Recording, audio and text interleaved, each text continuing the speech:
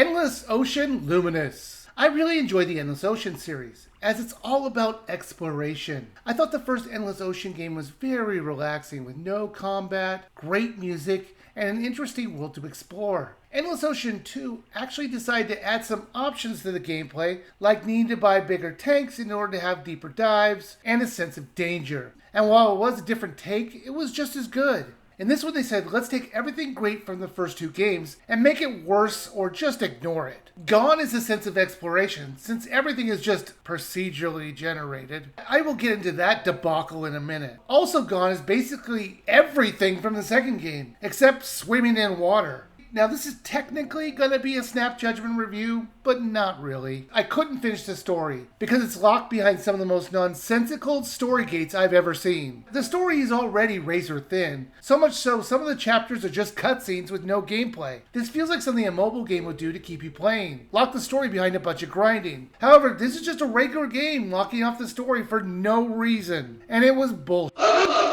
They just keep upping the amount you need to scan. Worse yet, even when there is a group of fish and they tell you to scan that type of fish, even though some of the fish have a different weight to it, the one species only counts as one fish, even though there's a bunch of them. I scanned everything I needed. It was tedious, but I did it. Then it said I needed to finish the mystery board, and that's when I said, F this game. The mystery board comes off as more of an optional side quest, which gives you things to do other than just scanning fish. But it ends up being required if you want to finish the boring story. You might say, okay, don't bother finishing the story.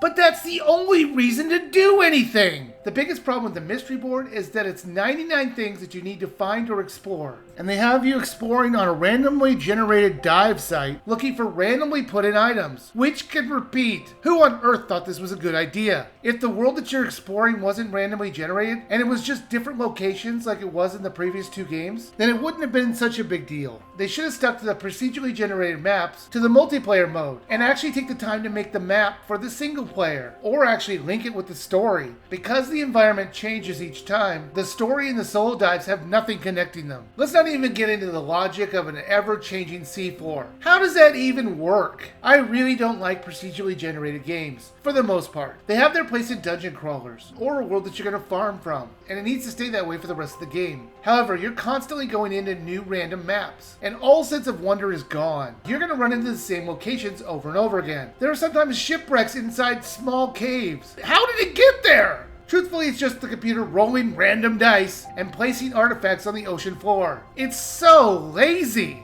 Just like the original game, there is no combat, and you also don't have to worry about running out of air. You also can't collect the fish, which was disappointing because I really wanted to throw one of the many dinosaurs you see into a tank and make it my own Jurassic Park. Yes, there are dinosaurs in this game. They seem content to just hang out in this very small area of the ocean. You would think this would be locked off by the government, but this organization just says it's just keeping it a secret and basically don't think about it too hard. They also took away the ability to pet fish, which was disappointing when I tried to pet the megalodon. All of the aquatic life is friendly, which of course is insane. They say the luminous light that's all around them in this area causes them to be docile, and you're tasked with collecting the light from these creatures, which makes me wonder, how on earth do you collect light? Is it some kind of vacuum device? Does this world work on magic? Also, if the light around the sea life is causing them to be submissive, wouldn't taking it away break that spell? However, this just isn't the case. They just don't care about you. There are 3 main gameplay options to choose from. Well, technically 4, but I'll get into that in a minute. There's solo, shared, and story mode to choose from. Solo and shared were basically just the same thing. Random locations, random fish, random treasures. Once you explore 80% of the map, you get a code to return here. There is no time limit in the solo mode. In fact, weeks would pass while you're diving. So what? Are we just peeing and eating in our suits? When are we sleeping? I have no idea why they bothered adding in the days that you've been diving in here. It's pretty arbitrary and pointless. Solo was very relaxing, but if you're playing this mode and you want to find treasures, you're going to have to get very lucky. Shared Dive was a way better experience. You can play with up to 30 people, but I never actually saw that many. I think it limits it to 10 random people, and that's fine. And if you have friend codes, you can go higher. It was so much more efficient to play online, I stopped doing solo dives completely. I can scan fish and find treasures very easily, mainly because when the other players find them, they normally mark it on the map. There's no rush to get there because everyone can benefit from the treasure because there's no limit, and you will need those treasures if you want to fill out your mystery board. The time limit on the shared online dives is 1 hour. There's actually one more mode, and that's an event mode, and it's the reason I delayed this review. I wanted to see how it was, and it just happened a week ago. These only show up on certain dates, and they only give you 20 minutes to explore it.